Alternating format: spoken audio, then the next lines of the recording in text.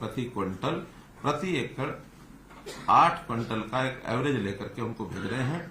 चाहे उन्होंने अभी मंडी में बेचा है या नहीं भेजा है, एडवांस में उनको जाएगा और वो मंडी में बेच सकते हैं, किसी प्राइवेट एजेंसी को भी बेच सकते हैं, वो सरकारी पीएसयू हैफेड को भी बेच सकते हैं।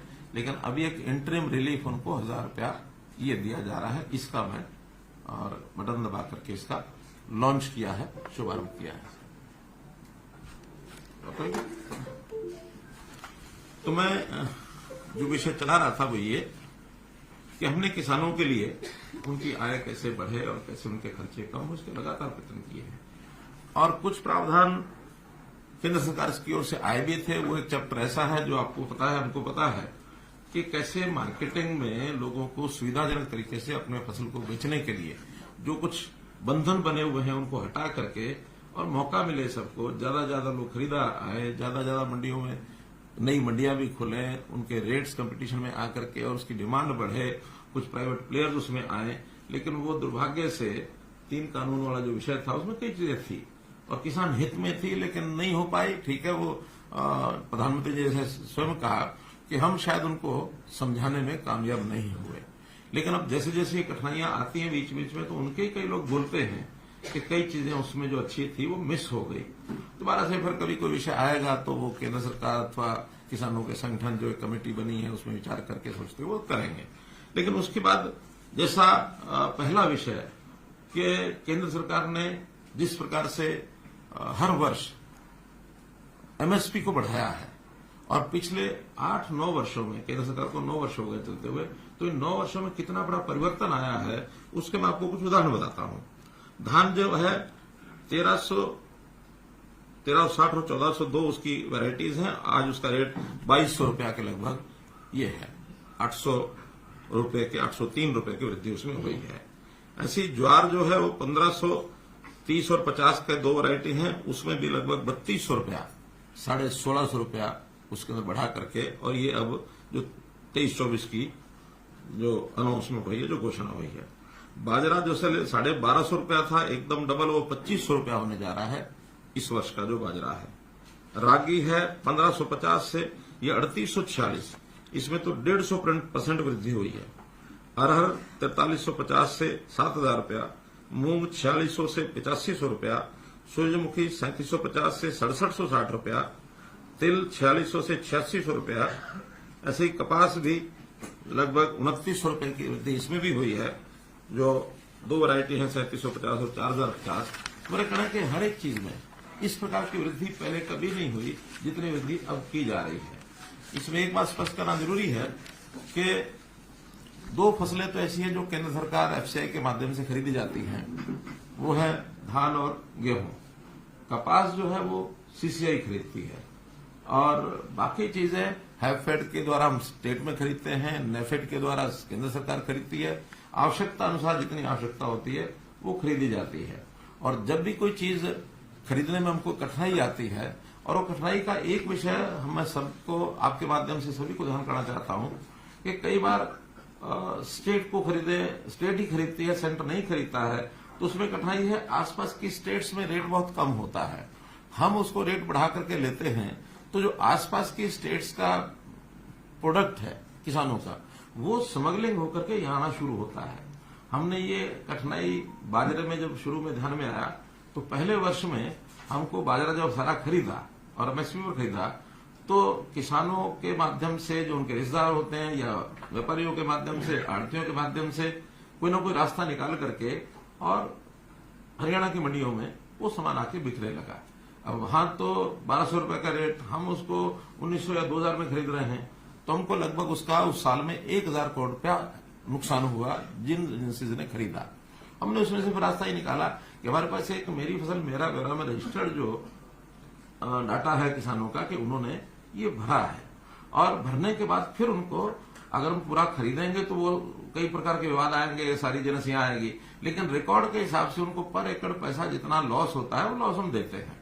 बाजरा पहले साल 600 या 650 था, 650 पहले साल था, उससे पहले साल पूरा खरीदा, लेकिन अगले साल 650, उसके बाद 400 रुपये, रेट थोड़ा ठीक हो गया, 400 रुपये भी, बल्कि 450, बल्कि लास्ट में तो जो 450 दे करके जो बाजार में बिका वो एमएसपी से भी ज्यादा हो गया। बहुत लोग तो थोड़ा सा रोक के चलते हैं, फिर काफी रेट आगे भी बढ़ता है। प्रारंभ में रेट कम होता है मंडियों में, बाद में कंपटीशन आ गया या जब अवेलेबिलिटी कम होती है, सरकार की एजेंसियां भी उसमें जाती हैं तो रेट बढ़ते हैं। तो इसलिए कई बार एमएसपी देने के बाद भी और ज्यादा लाभ भी किसान को हुआ है। अब हम तो केवल इसका गैप है, भावांतर का मतलब ये कि भाव का जो अंतर है, और वो कोई एक फिक्स नहीं हो सकता, उसमें कई बार तो अनुमान से ही निर्णय करना पड़ता है। ये सारा 2 वर्ष किया है।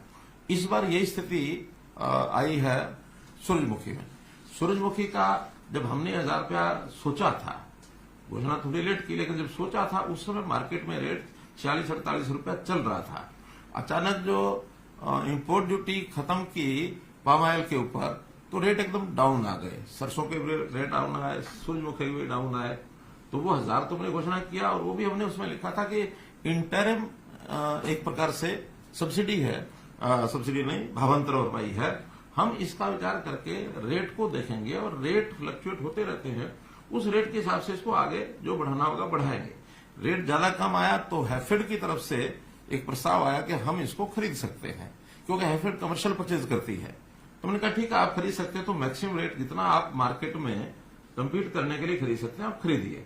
उन्होंने सोचा कि 4800 रुपये हमारा कंपटीशन आ जाएगा, 4800 खरीदेंगे, 4800 और 1058 बनता है। लेकिन मेरा मानना ऐसा है, हमारे सबका जो टीम के रूप में बैठे, कि ये रेट 4800 से ऊपर जाएगा। कल ही शाहबाद में 4850 बिका। जो ढेरियां 4800 रुपये खरीद रहे थे हैफेड के लोग, उनको नहीं मिली, बल्कि बाहर व्यापारी ने 4850 खरीदी। अब वो 4850 खरीदेगा, स्वाभाविक है हैफेड जो खरीदना होगा तो 4900 में जाएगा। तो इस कंपटीशन में हमको लगता है कि रेट 5500 तक भी जाएगा। अगर ये 5500 जाता है, 1000 रुपया मानो उनको हम, तो 65 हो जाता है, 64 की बजाय 65 ही हो जाता है। तो इसलिए हम चाहते हैं कि ये रेट 6400 के आसपास उनको मिले किसानों को। लेकिन आज निर्णय एकदम करने से बाजार रेट में कई बार कठिनाई आती है। हम इसके ऊपर नजर रखे हुए हैं, और बहुत जल्दी जैसे रेट्स तय हो जाएंगे तो उस समय हम रिवाइज भी कर सकते हैं। क्या? भावांतर भरपाई। अब रेट तो मार्केट ने अपने आप करना, उसमें हमारा रोल ज्यादा नहीं है। हाँ, हैफेड उसको खरीदने में अपने जितनी क्वांटिटी उनको चाहिए वो खरीदने में आगे बढ़ेगी। हैफेड से जब हमारी बात हुई तो उन्होंने कहा कि हम लास्ट डे तक भी मार्केट में रहेंगे। किसी का भी किसी को शक ये हो कि शायद हम बीच में छोड़ के जाएंगे, हम खरीदने के लिए अपनी क्वांटिटी में 4800 तो आज खरीदना है। अगर कम मिलेगा हमें तो हम अपने रेट को, यानी अपनी क्वांटिटी को पूरा करने के लिए इस रेट को जहां तक भी हमको मिलेगा वहां तक हम लेकर के जाएंगे। स्वाभाविक है, जब मार्केट में रेट बढ़ता तो हैफेड को भी उसमें उसके अंदर एक कंपटीशन में इजीनेस हो जाती है, क्योंकि मार्केट उन्होंने बेचना है। उनका अपना सामान जो है, चाहे वो तेल निकालेंगे उसका, चाहे उसमें घी बना के बेचेंगे, वो मार्केट में बिकता, मार्केट के रेट के हिसाब से बिकता। तो इस नाते से मैं इतना ही उसमें अश्योर कर सकता हूं कि हम इसमें जो एमएसपी है वहां तक रेट ले जाने के लिए हमारा पूरा प्रयत्न है। लेकिन आज इस समय में कोई बात कहना वो हमारे लिए दोनों तरफ से हमको लगता है कि उचित नहीं है। हाँ, इसके ऊपर कुछ राजनीति करने वाले लोग राजनीति करते हैं, कुछ दबाव डालने के लिए भी संगठन लगे रहते हैं कि जो करना आज ही करो, जो करना आज ही करो। हम उनको समझाते हैं, और कभी कभी तुमको समझ में आती है। जैसे हमारे जो संगठन जिन्होंने इसका मांग की थी, तो पहले दिन तो यही बात आई थी कि ठीक है, आप हैफेड को उतार दीजिए, 1000 रुपये आपने दे दिया, आप हैफेड को उतार दीजिए, रेट हमारा बढ़ जाएगा, बाकी ठीक हो जाएगा। हमने बात मान ली, लेकिन जब वो मान ली तो फिर कहते नहीं, पहले पूरा घोषणा करो। तो घोषणा करने का जब भावांतर भरपाई दी जाती तो घोषणा हम नहीं कर सकते। इस नाते से उस काम को किया। अब एक सज्जन तो हमारे, अब राजनीति कहूंगा, अपने इस्तीफे का भी बयान कर गए। मैं सोच रहा था कि भी वो कोई इस्तीफा उनका, क्योंकि as chairman of sugar cane जो बोर्ड है, उस नाते से इस्तीफा मेरे पास आना चाहिए या सरकार में किसी को मिलना चाहिए। वो हम ढूंढ ही रहे हैं, कहीं इस्तीफा हमें मिला नहीं है, कहाँ है। देखिए, आएगा तो उसके बाद फिर उनसे बात करेंगे ना। अब तक इस्तीफा आया नहीं सर? न किसी के पास, हमारे पास सरकार में किसी में मंत्री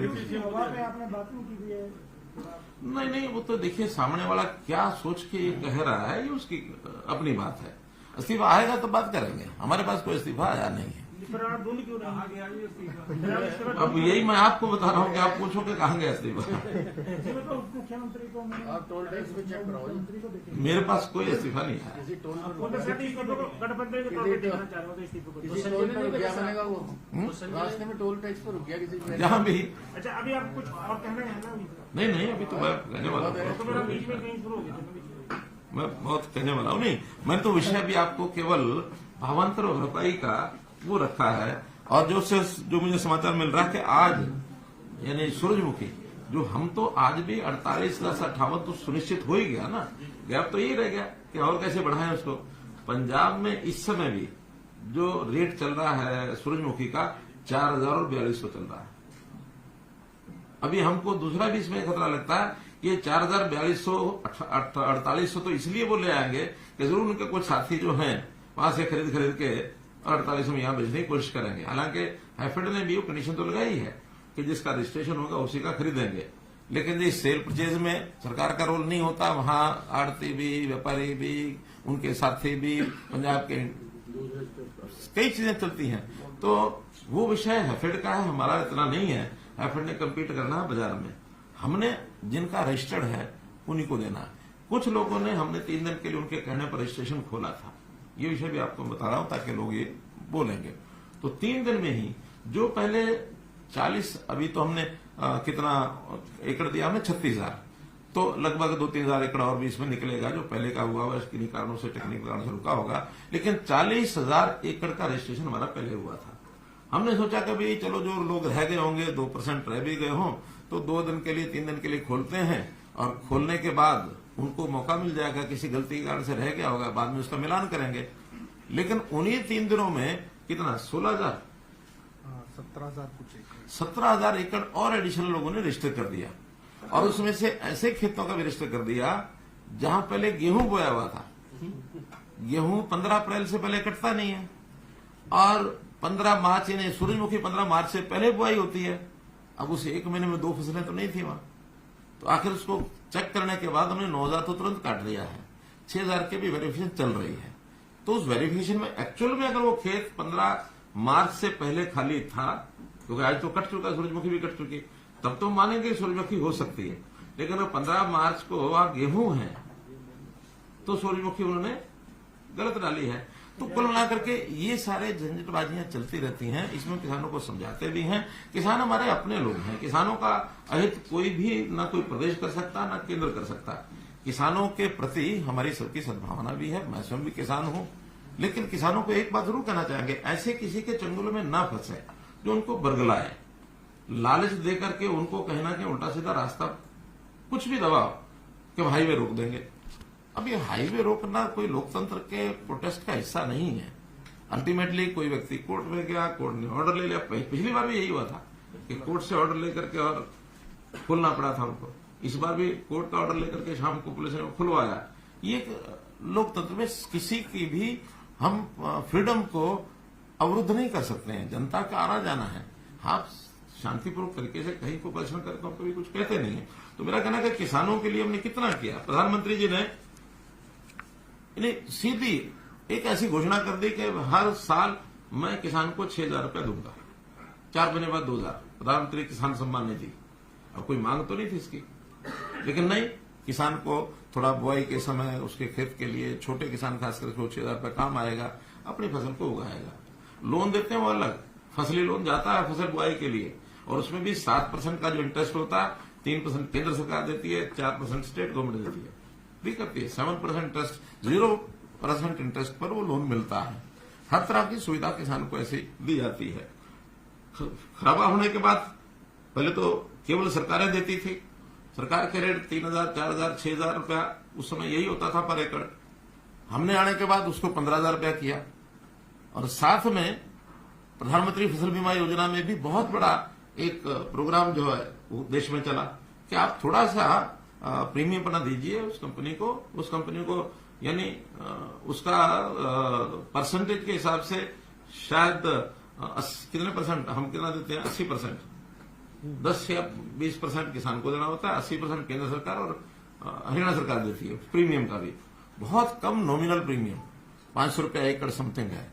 तो ये पैसा किसान दे दे तो इंश्योरेंस हो जाता है, और इंश्योरेंस में रेट भी उसके ज्यादा है, उसकी कवरेज जो है लॉस की उसमें ज्यादा है। तो इस नाते से वो भी बहुत बड़ा किसानों को राहत मिलती है। मुआवजा हमने जो खराबे का है, यानी आप ये मान के चलें कि पिछली सरकार ने 10 साल में 1158 करोड़ रुपया मुआवजा दिया था, और हम इन 8.5 साल में 9,790 करोड़ रुपया, यानी 8 टाइम्स। उन्होंने 10 साल में 1158 दिया, हमने 9 साल में 9,760 दिया। हमने तो आते ही पहले साल 2015 में हमारा 1200 करोड़ हो गया था, उनका 10 साल का हमारा पहला मुआवजा, क्योंकि उस समय 2-2 रुपए 4-4 रुपए के चेक जाते थे। हमने तो वो भी तय किया कि अगर 1 एकड़ में मान लो अगर 50 भी हिस्सेदार हैं तो उन सबको न्यूनतम 500 रुपए जरूर मिलेगा, 2 रुपए 4 रुपए के चेक नहीं मिलेंगे, चाहे 25,000 जाए 50,000 जाए, कोई दिक्कत नहीं, थोड़ी होते हैं वो, लेकिन न्यूनतम 5,000 रुपए 500 का चेक ये हरेक को जरूर मिलेगा। या तो दो नहीं दो तो इतना तो दो, अगले को पता तो लगे मिला। 500 रुपया न्यूनतम है, और ये भी हमने आकर के इसको शुरू किया।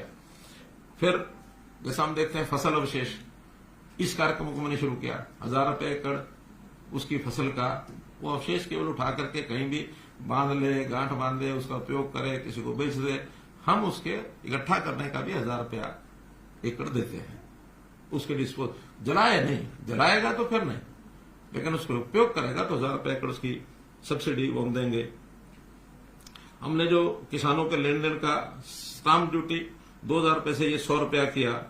मुख्यमंत्री किसान खेतीहर मजदूर जीवन सुरक्षा बीमा योजना में जैसे कि डेथ हो जाती है, 5 लाख रुपया था, उसको हमने 10 लाख रुपए किया कि ये भी उनको लाभ मिले। इसी प्रकार जो धान और कपास की जो मार्केट फीस 2% होती थी, उसको हमने 0.5% किया।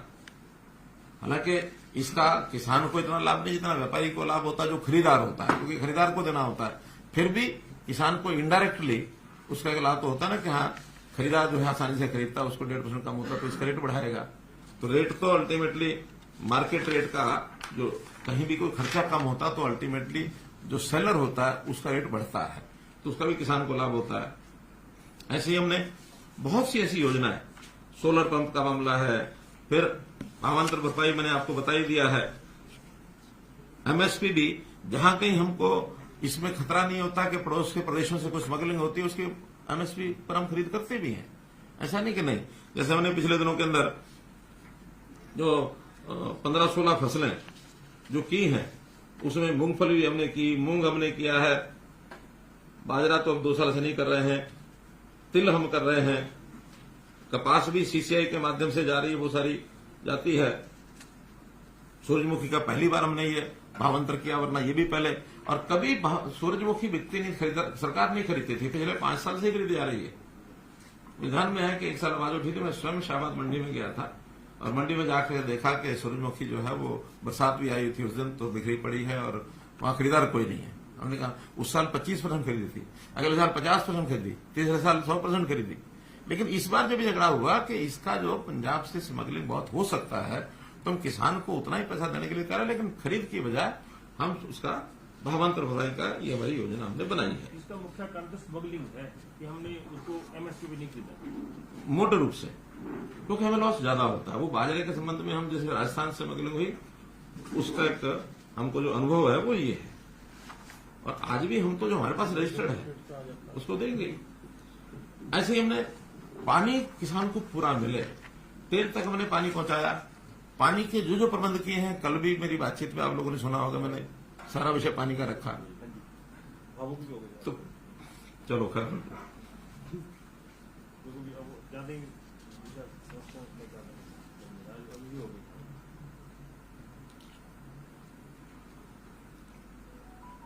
पानी स्टोरेज एक बहुत बड़ा विषय है। हमने खास करके सिरसा जिला, हिसार जिला, पानी की जो डिग्गियां बनाई हैं, पानी का जब उपलब्ध होता है उसमें भरो, जब जरूरत है उसमें माइक्रो इरिगेशन का उपयोग करो। अभी सिरसा जिले में जो 3 दिन का मेरा टूर था, उनका कि डिग्गियों की जितनी अधिक आप कर सकते हो हमारा बहुत लाभ होगा। बल्कि लोगों ने तो यहां तक भी कहा कि इस डिग्गी के लिए तो आप थोड़ा सा भी सब्सिडी दे दो, ज्यादा न भी दो, लेकिन इसका एक बार हमें खोदने दो, क्यों परमिशन लेनी पड़ती है, पानी हमको देना है, तो पानी सैंक्शन कर दो इसका, और डिग्गियों का थोड़ा सा भी सब्सिडी देंगे, बाकी हम लगाएंगे। इसका प्रोग्राम जो है इसको आप चलाइए। क्या किया फिर आपने? तो हमने डिगियां खुद उसकी खुदाई है। 4000 ऑन फायर वाटर टैंक ये बने हैं और एक ही साल में बने हैं, जिसका 20,000 एकड़ के अंदर उनको सिंचाई का ये लाभ हो रहा है। इसको और आगे बढ़ाएंगे कि अगर पानी जब बरसात का आता है तो उसको कैसे इकट्ठा कर सके, या बरसात के सीजन में नहरों में पानी पर्याप्त होता है हमारे पास, तो उसको हम डिग्गियां भरते हैं। साल में 2 बार भी डिग्गी भरेंगे तो अपना खेत में सिंचाई कर लेंगे। ऐसे ही 4000 तालाब हमारे ऐसे हैं जो साउथ हरियाणा में है। उन साउथ हरियाणा के तालाबों को भरना, जैसे मैंने कल बताया कि मसानी डैम है उसको भी भरते हैं। तो ऐसे पानी को स्टोरेज और पानी की रिचार्जिंग, इसमें जितना भी पैसा खर्च हो रहा है उसको हम करते हैं। बागवानी के लिए भी भावांतर भरपाई में भी हमने इसको लिया है। 14 जो है बागवानी को बढ़ावा देने के लिए सेंटर ऑफ एक्सीलेंस इजराइल को भी हमने इसमें शामिल किया है। तो ऐसे बड़े बड़े प्रोजेक्ट विदेशी सहायता से भी वो भी हम करते हैं ताकि किसान को इसका लाभ हो। जैसे मशरूम केंद्र है, जैसे मधुमक्खी का है, रामनगर में मधुमक्खी का जो केंद्र है वो भी विदेश की एक टेक्निक है, उसके माध्यम से ले रहे हैं। एफपीओजी हमने बनाए हैं। वर्टिकल खेती इस पर हम चले हैं। हाइब्रिड सब्जी ये भी एक प्रयोग कोई चल रहा है। पशुपालन, अब पशुओं का बीमा ये भी हरियाणा ने ही शुरू कराया, तब जाकर के देश के कुछ और प्रांतों में शुरू हुआ है। कि पशु भी आखिर किसान का एक धन होता है, उसका भी लॉस होता है तो उसको मिलना चाहिए। पशुधन सुरक्षा योजना के अंतर्गत 8,52,000 पशुओं का बीमा किया गया। फिर क्रेडिट कार्ड, पशु क्रेडिट कार्ड, एक तो किसान क्रेडिट कार्ड है, पशु क्रेडिट कार्ड ये भी चालू कराया ताकि पशु भी कोई खरीदे बेच सके, उसमें भी उसको पैसा चाहिए तो ले सके। देसी गायों की जो डेयरी का भी हम जो सब्सिडी देते हैं वो भी 83 करोड़ रुपया जा चुका है। दूध का 5 रुपए किलो लीटर का ये भी पशुपालकों को इसका भी हम लाभ देते हैं। प्रगतिशील किसान उनकी सम्मान योजना और नए प्रगतिशील किसान कैसे बने उनकी ट्रेनिंग का ये पैसा भी हम अलग से इन सबको देते हैं। कुल मिलाकर के जितनी भी योजनाएं हैं, ये चाहे हमारी सिंचाई की योजनाएं हैं, इन सिंचाई की योजनाओं में भी कुल अभी तक पिछले 5 साल में जो हम अनुदान और जो इन योजनाओं को सरल बनाने के लिए हमने जो खर्च किया है 6 और 3 9 और 5 14 और लगभग 1500 करोड़ रुपया इस पर अभी हम खर्च कर चुके हैं 5 साल में नहरों के सिस्टम को ठीक करने के लिए। हमारा एक तो जो WJC का प्रोजेक्ट है उसका बहुत बड़ा लाभ ये अगले सालों में मिलने वाला, जैसे वो कंप्लीट हो जाएगा। और इसी प्रकार जो खेती के लिए जितनी मैंने योजनाएं बताई हैं उसमें किसान सम्मान निधि है, बीमा है, खराबा है, अवशेष जो बचे उनका, जीवन सुरक्षा की जो मैंने बात बताई है, सोलर सब्सिडी जो छोटे पंप हैं 10 BHP वहां तक के जो है 52-53 हजार अभी हम पिछले साल में लगा चुके हैं। हमारा टारगेट 50,000 का था, 53,000 सोलर लगाए हैं। 960 करोड़ रुपया इसमें सब्सिडी दी है। फिर मिकाडा मैंने बताया, कोल्ड स्टोरेज, मधुमक्खी, मशरूम, वर्टिकल खेती, पशुपालन, इन सब पर मिलाकर के पिछले 5 या ये शायद 8 सालों का भी कुछ है, कुछ 5 सालों का दिया है, अलग अलग करके है। तो ये 22, 23, 23,500 करोड़ रुपया केवल सब्सिडी का गया किसानों को। और इस प्रकार से इतनी बड़ी मात्रा में थोड़ा सा डिटेल 23,500 बिजली नहीं, इसमें बिजली सब्सिडी नहीं है। इसमें किसान सम्मान निधि है 4,300 करोड़, 6,100 करोड़ जो बीमे का अनुदान मिला है लोगों को, नहीं जो फसल बीमा योजना 6100 करोड़ रुपए मिला है। 6200 बल्कि सरकार ने जो खराबे का दिया वो 9,760, तो कुल मिला के 9, 6, 15 और 4, 19, 20 तो यही है। बाकी लगभग 2,500 करोड़ रुपया बाकी छोटे छोटे और जो आइटम्स हैं जिसमें भावांतर भरपाई योजना ही 900 करोड़ रुपया तो जा चुका है। बाजरा और ये जो आज हमने 29-30 करोड़ मैंने जोड़ा, 29 करोड़ 13 लाख है, तो ये कुल मिला के 900 करोड़ रुपया ये गया है।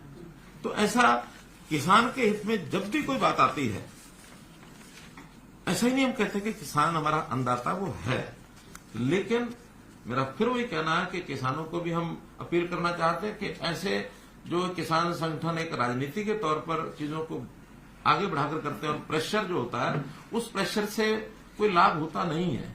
जो हमने किसान को देना है वो देना ही है। और एक किसान के प्रति हमारे मन में जो एक भाव है, उसके प्रति सम्मान का भाव, आदर का भाव, सहानुभूति का भाव सब है। क्योंकि छोटा किसान है, छोटे किसान को तो बहुत संकट होता है। 1 एकड़ 2 एकड़ वाला तो परिवार के सिस्टम को चला ही नहीं सकता है।